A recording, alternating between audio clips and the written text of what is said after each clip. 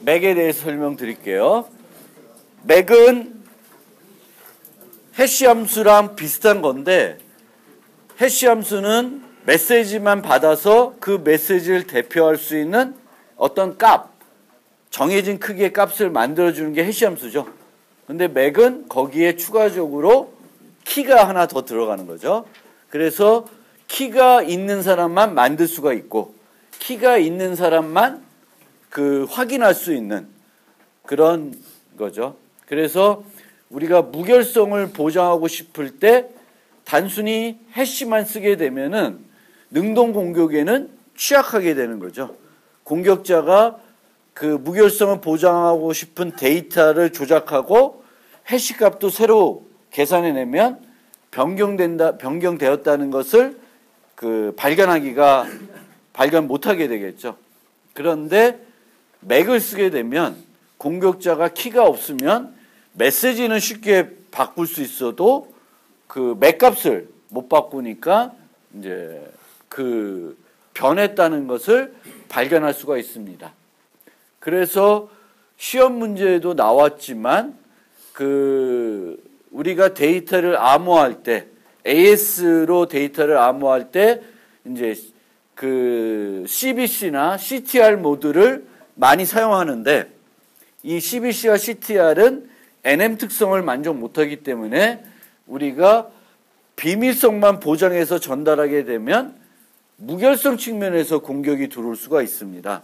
그래서 인증 암호화를 하는 것이 바람직하다.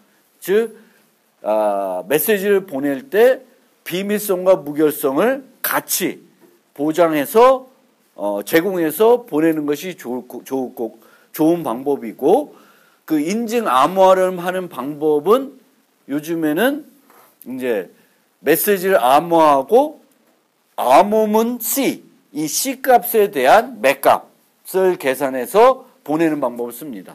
그러니까 메시지에 대한 맥 값을 구해서 그 맥 값 따로 비밀성 따로 보내는 것이 아니라 메시지를 암호한 다음에 그 결과 C를, 그 암호문에 대한 맥 값을 계산해서 보내게 되겠고, 보통 메시지의 비밀성을 보장할 때 사용되는 대칭키랑 맥 값을 계산할 때 사용된 대칭키는 다른 키를 쓰게 됩니다. 그래서 우리가 키를 확립할 때 하나를 확립하는 것이 아니라 2개 또는 3개를 확립하게 되죠. 3개 또는 4개.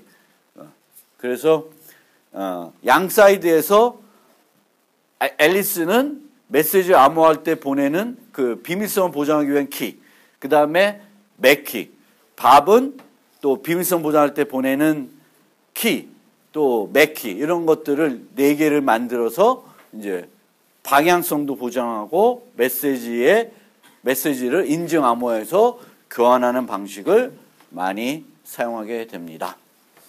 자, 그러면 이런 맥 함수는 어떻게 만들 수가 있냐? 처음부터 맥 함수를 새롭게 설계해서 만들 수도 있을 거예요. 근데 저 방법보다는 2가지 방법을 많이 쓰는데, 대칭 암호 알고리즘을 이용해서 맥을 만드는 경우가 있고, 해시 함수를 이용해서 맥을 만드는 경우도 있습니다. 대칭 암호 알고리즘은 맥하고 입력이 같죠. 그러니까 입력받는 그 개수나 내용이 같아요. 즉 대칭 암호 알고리즘도 그 메시지와 키를 받아서 암호화를 하게 되겠고요. 맥도 메시지와 키를 받아서 맥 값을 계산하죠. 그래서 입력 받는 형태가 같다는 거예요. 그러면 대칭 암호 알고리즘을 이용해 가지고 이제 맥을 구성을 할 수 있는데, 비슷하니까 방식이 뭐가 필요하냐면 압축하는 방법이 필요한 거죠. 맥 값은 해시와 마찬가지로 어떤 고정된 작은 크기의, 메시지의 크기와 상관없이 고정된 작은 크기의 값을 만들어내야 되니까, 예를 들면 CBC 맥처럼 CBC로 암호화를 하고 마지막 블럭을 취하는 방법, 뭐 이런 방법의 형태로 맥을 만들 수가 있습니다. 해시 함수를 이용하는 방법은 해시를 할 때 메시지만 입력을 넣는 것이 아니라 키를 같이 넣어서 이제 해시를 하게 하면 되는데 키를 아무렇게나 넣으면 안 돼요. 그건 뒤에 가서 보여드릴 것이고요. 여기 나오는 것은 이제 맥과 동일한 효과를 취할 수 있는 방법들이 몇 가지가 더 있는데 요 방법하고는 우리가 보통 시험 문제 냈었나? 아니면 연습 문제? 기억이 잘 안 나네 갑자기. 그렇죠? 근데 요거랑 맥이랑 서명하는 거랑 맥이랑의 차이점은 맥에 사용된 키는 어떤 키예요? 대칭 키예요. 생성하는 사람하고 확인하는 사람이 같은 키를 가지고 있어야 되는 거죠. 전자서명은 서명하는 사람하고 확인하는 사람이 같은 키를 갖고 있지 않아요. 공개키 방식이기 때문에 서명한 사람은 자기의 개인 키로 서명을 하게 되겠고 확인하는 사람은 그 사용자의 공개키를 가지고 확인하게 돼요. 즉 요거는 누구나 확인이 가능하다. 공개키를 갖고 있는 누구나 확인 가능한데 맥은 키를 갖고 있는 대칭 키를 갖고 있는 사람만 확인할 수가 있는 거죠. 특히나 대칭 키이기 때문에 확인할 수 있는 사람은 뭘 할 수 있냐면 그 값을 생성할 수도 있는 거죠. 맥은 확인 어떻게 하냐면 기존의 맥을 받으면 나도 똑같은 맥을 생성해서 비교하는 거죠. 즉 맥은 부인 방지는 약해. 왜냐하면 생성하는 사람하고 확인하는 사람 중에 누가 했는지 그거를 확인할 수 있는 방법은 거의 없죠. 그런데 전자서명은 공개키를 가지고 있다고 해서 서명을 만들 수 있는 건 아니니까 그런 측면에서 두 가지 차이가 있습니다. 물론 여기에 비용도 얘가 높겠지만 그래서 맥은 부인 방지는 약하다. 속도는 전자서명보다 조금 많이 빠르다. 그런데 전자서명은 누구나 다 해줄 수가 있고 누구나 확인하게 할 수가 있고 비용은 높지만 부인 방지는 이제 강한 거죠. 부인 방지 측면은 강하다. 그러면 이제 실제 대칭 암호 알고리즘을 이용해서 맥을 만드는 방법이에요. 쭉 CBC로 암호하는데 CBC로 암호해서 맨 마지막 블럭을 취하면 이 마지막 블럭은 모든 메시지에 영향을 받게 되죠. 연쇄적으로 암호하기 때문에. 만약 CTR은 이 기능이 없죠. CTR의 마지막 블럭을 취해봤자 CTR의 마지막 블럭은 뭐하고만 영향을 받아요. 마지막 평문 블럭에만 영향을 받죠. 그래서 유사한 평문 블럭들은 유사할 수가 있어요. 그렇지만 CBC는 완전히 중간에 내용이 조금 달라더라도 쭉 가다 보면 마지막엔 완전히 달라지는 그런 형태가 됩니다. 그래서 요거를 사용할 수가 있는데 요걸 바로 쓰면 공격이 가능해져요. 공격이 가능해지기 때문에 한 번 더 걔를 다른 키로 암호해서 요 값을 이제 취한다.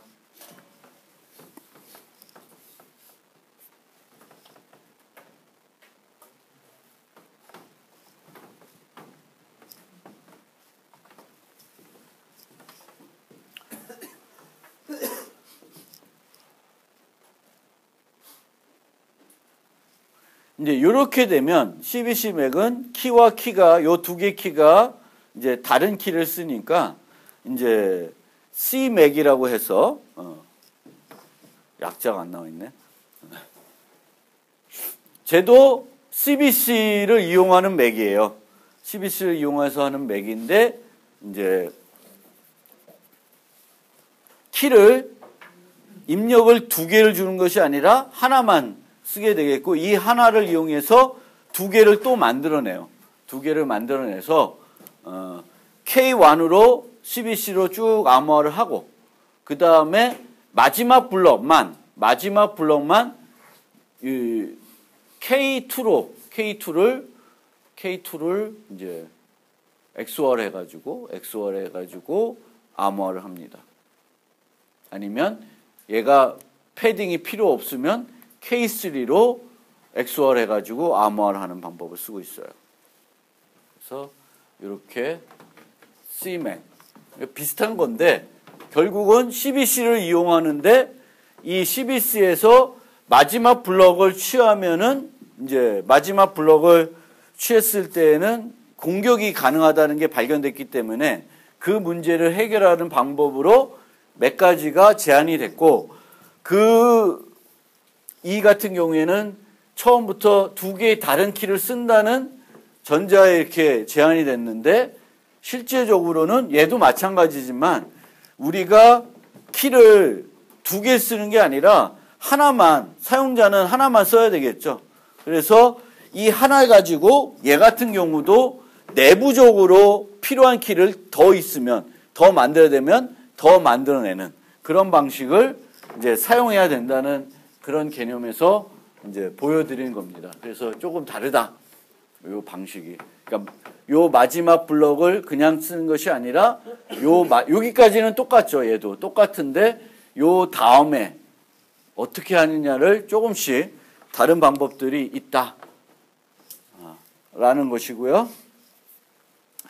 뭐 이거는 좀 복잡해서 혹시 나중에 암호 기술을 실제 대학원 가서 전공하고 싶은 사람은 한번 이걸 살펴보시면 뭐 그렇게 어려운 내용은 아닌데 요거를 맥값으로 썼을 때에 위조할 수 있는 방법입니다. 그 다음에 Mmac은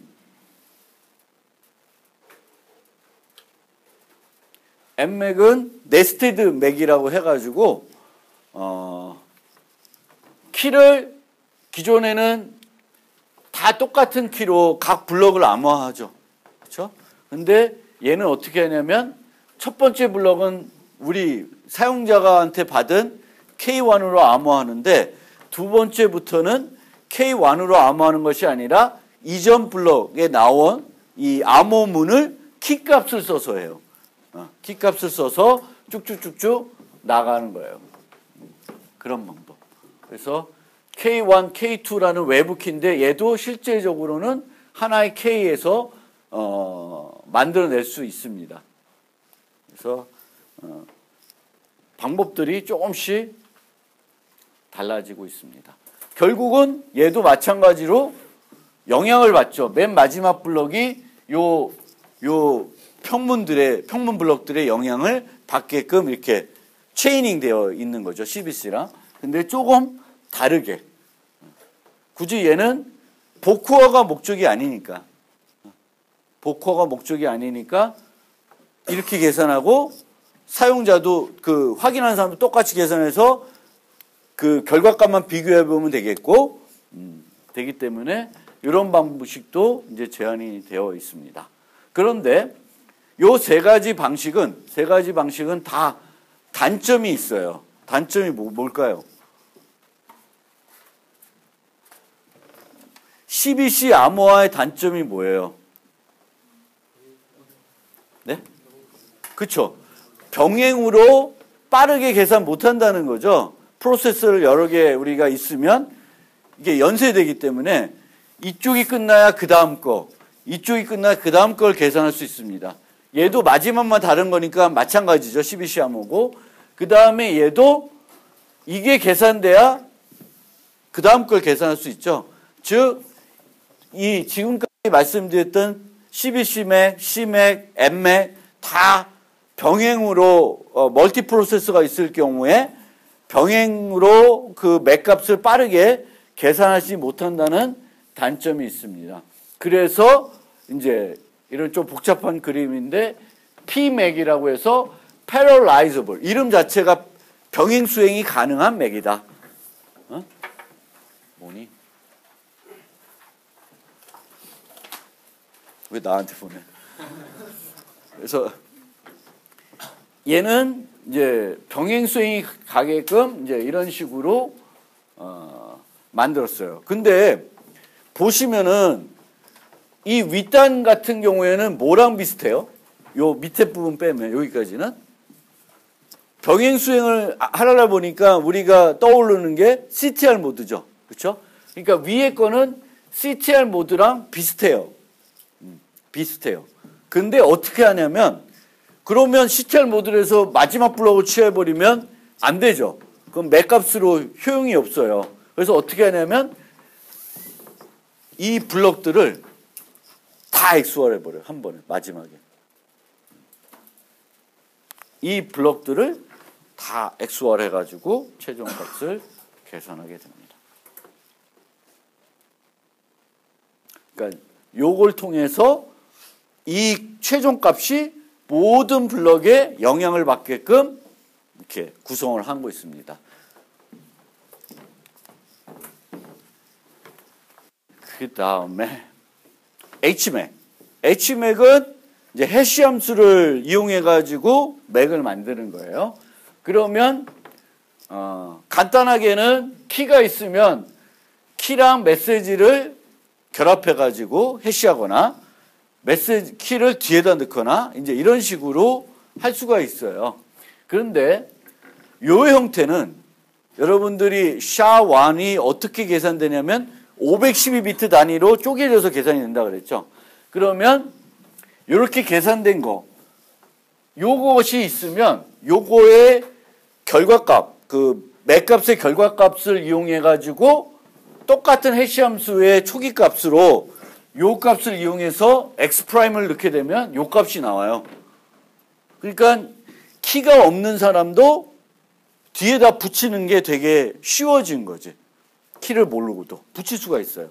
SHA-1의 구조상 이 메시지가 이제 패딩 없이 쭉 갔다. 그러면 뒤에다가 키를 모르는 상태에서 메시지를 추가해가지고 그러니까 M에 대한 맥값을 갖고 있으면 키를 모르는 사람이 맥값을 갖고 있으면 M'을 붙인 맥값을 쉽게 계산할 수 있다는 거예요. 위조가 가능하다는 거지. 키가 없어도. 그래서 이렇게 하면 안 돼. 그러면 뒤에다 넣으면 M' 못 붙이잖아요. 그래서 안 되는데 이 경우도 안전하지가 않답니다. H에 대한 충돌을 찾을 수 있으면 맥에 대한 충돌도 찾을 수 있다고 되어 있습니다. 여기에 있으면 여기에 같기 때문에. 그래서 어떻게 하냐면 앞뒤로 넣는 거예요. 앞뒤로. K를 앞에도 넣고 뒤에도 넣고. 앞뒤로 넣고 KP 요거는 패딩인데 왜냐면 키 길이가 짧을 수 있죠. 그런데 해시 함수는 이렇게 작업하는 단위가 있어요. 그래서 앞에 한 블럭이 키로만 이루어지게끔 예를 들면 SHA-1을 쓴다. 그러면 입력이 512비트 단위로 한다는 거죠. 그럼 얘를 512비트로 만드는 거예요. 그래서 하는 거예요. 그래서 앞뒤로. 그래서 앞뒤로 하는 방식이 있고요. 그래서 이렇게 되는데 표준에서는 이렇게 하는 방식을 쓰고 있습니다.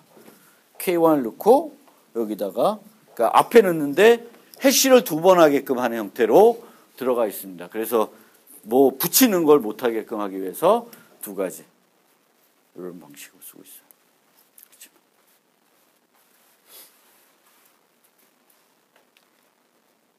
그래서 이게 RFC 인터넷 표준은 이렇게 하고 있습니다.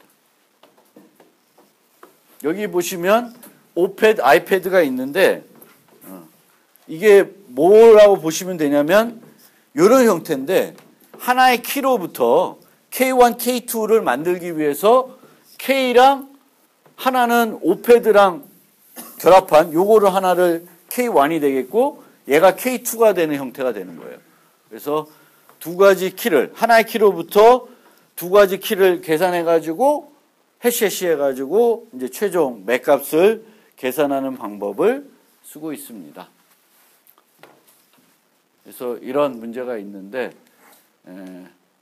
그 설명드린 것처럼 얘네들 이런 문제들은 어디서 나타나냐 하면은 SHA-1 계열들이 이렇게 512비트 단위로 이렇게 반복적으로 이 결과값을 이용해서 또 계산하고 또 계산하는 방법 그 방식으로 되어 있기 때문에 이런 문제가 생기고 있는 거예요. 그래서 SHA-3는 기존의 샤1, 샤2의 구성하고는 전혀 새로운 방식으로 그 해시를 하고 있습니다.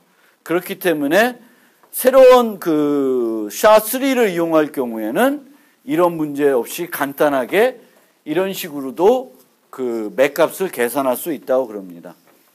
그래서 이제 이런 내용들이 이제 샤3가 표준화됐기 때문에 이제 본격적으로 이제 많이 쓰이게 되면 이제 이런 것들은 이제 별 의미가 없어지게 되는 거고, 왜 이런 문제가 나타나면 그 사용되는 해시 함수의 특성 때문에 이런 문제들이 발생한 거예요. 샤1 이런 것들. 물론 얘는 조금 다른 얘기지만.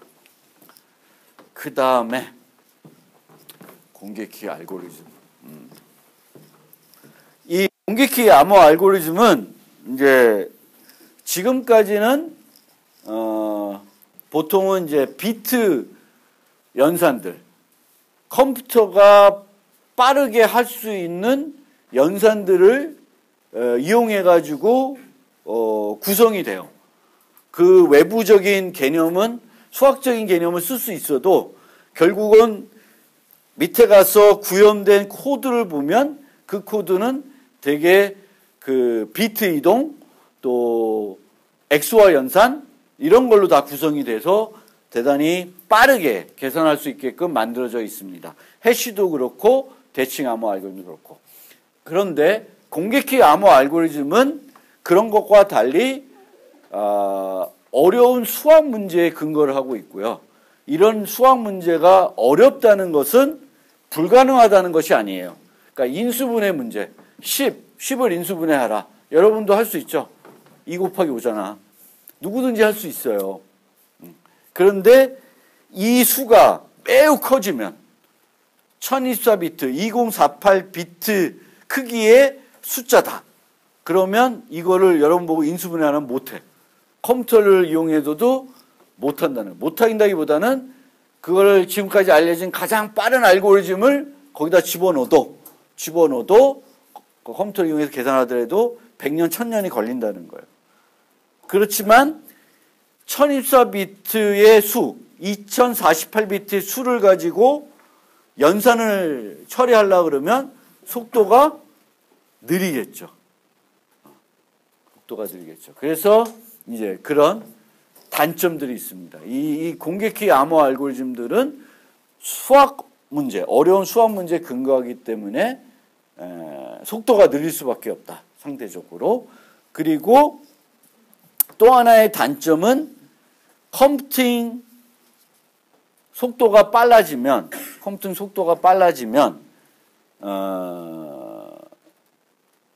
인수분해하는 속도도 빨라지겠죠.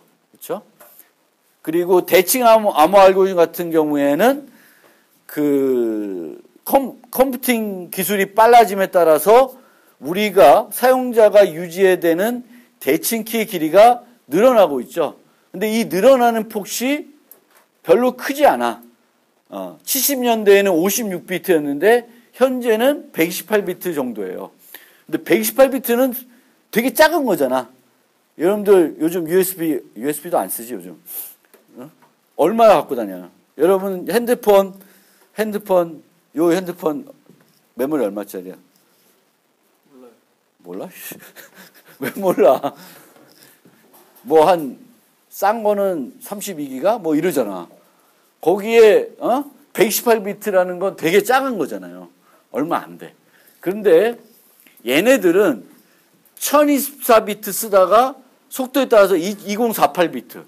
이게 늘어나는 그 상대적으로 늘어나는 것도 엄청 커지는 거예요. 그만큼 또 늘어나면 속도도 늘어지고. 그래서 공개키는 이제 그런 단점들이 있습니다. 그래서